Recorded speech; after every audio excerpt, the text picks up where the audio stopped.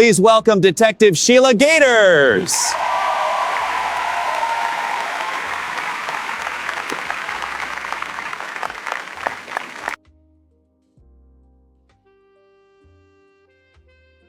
The horror did not end with one body forced into the earth beneath a construction site in Bushwick.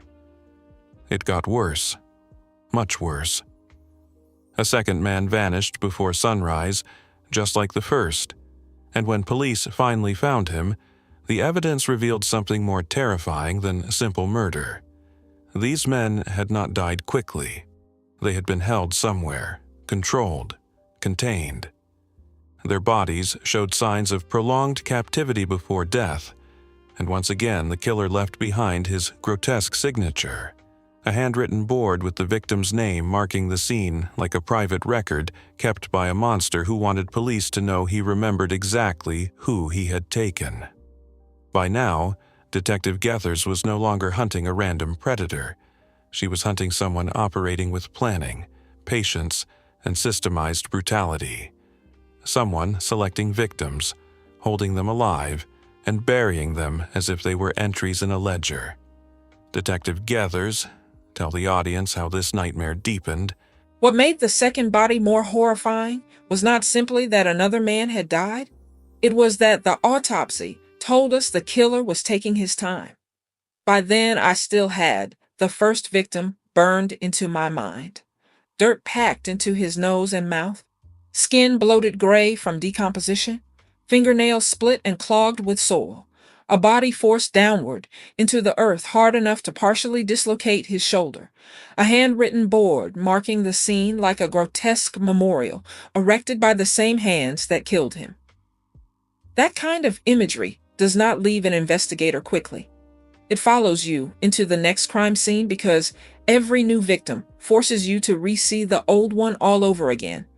And when we found the second body in Cypress Hills, that dread intensified immediately because the scene looked familiar in all the worst ways. Another shallow concealment site. Another victim missing, under the same pre-dawn circumstances. Another handwritten board with his name marked deliberately above the location.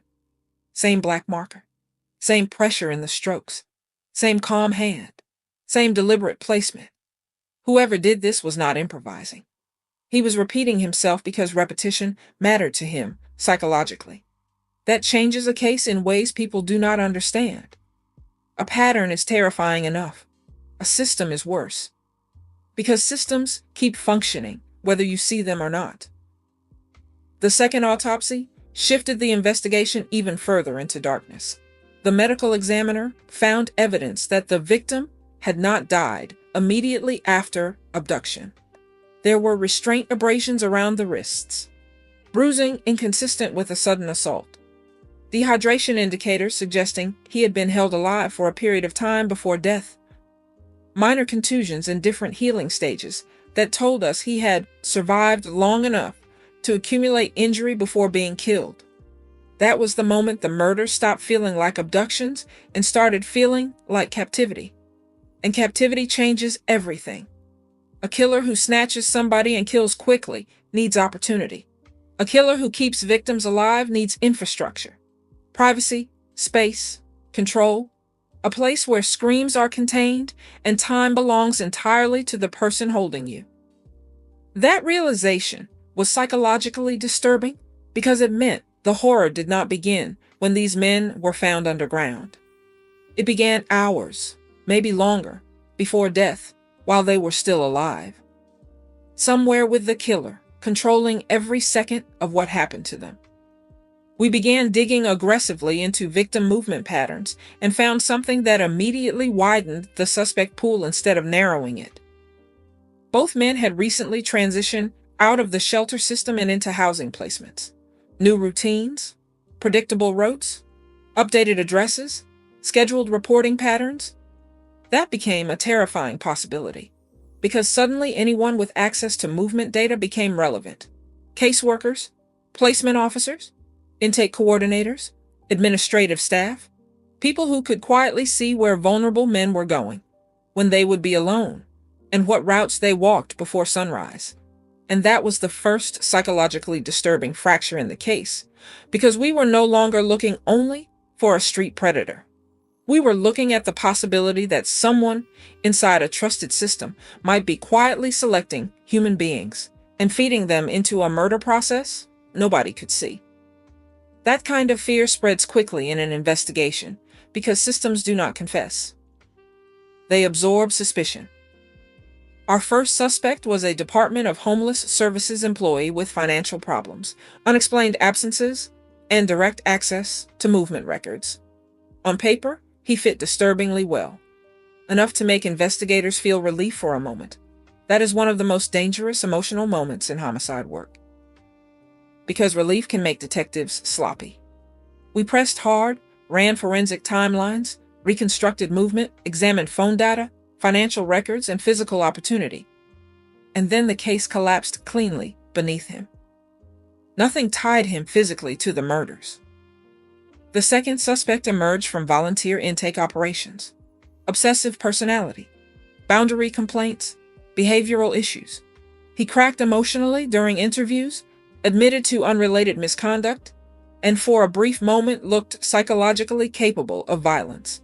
But again, not this violence, not these murders. Wrong guilt has a way of stepping forward in homicide investigations because disturbed people often orbit real evil without actually committing it. And while we chased those dead ends, a third man disappeared. That was the part that shook me hardest. Not because the killings accelerated, because they probably had been moving this fast all along and now we were simply noticing sooner. That distinction matters because it changes how you feel walking into work. You stop thinking about the murders you already have and start thinking about. So, while investigators are chasing suspects inside the shelter system and believing they may finally have the killer, another man vanishes before dawn. Another victim enters the machine. Detective, what shattered the investigation open after that? A dead woman opened the door. That sounds strange until you understand what happened. A former Department of Homeless Services manager had died months earlier. Routine death, nothing suspicious. Her credentials should have been inactive, buried in digital archives with her personnel file and forgotten. Except they were not. Audit logs showed her access credentials were still entering the system, still pulling movement records, still opening placement files, still tracking where recently housed men were living and moving. That detail chilled everyone working the case because dead people do not search databases. Living people use dead identities because they believe nobody will notice. Now the fear shifted completely. This was not a system failing. It was a system being used deliberately by someone who understood how to hide inside it. Someone was quietly selecting vulnerable men, studying their movement, and making them disappear before sunrise while using the identity of a dead woman to cover the trail. And then came the third recovery, in Red Hook. But this one was different. The killer was losing control. The victim was not buried in the same manner. He was contained inside a partially enclosed structure, hidden but not staged as carefully. Blood transfer patterns were sloppier. Tool marks were inconsistent. The scene felt rushed in ways the earlier murders did not. That matters because killers built on ritual panic when routine breaks. And that panic creates mistakes. The biggest mistake was lying on the floor only a few feet away. A hammer. Used. Blood transfer on the handle. Impact, trace, residue. And a partial latent print pressed along one side, where sweat and pressure preserved enough ridge detail for forensic recovery. That was the first true physical evidence we had ever touched in the case. Partial prints matter because they are fragile. Fragmented ridge detail alone may mean nothing, but once enhanced, compared, and refined against known databases, fragments can become identity.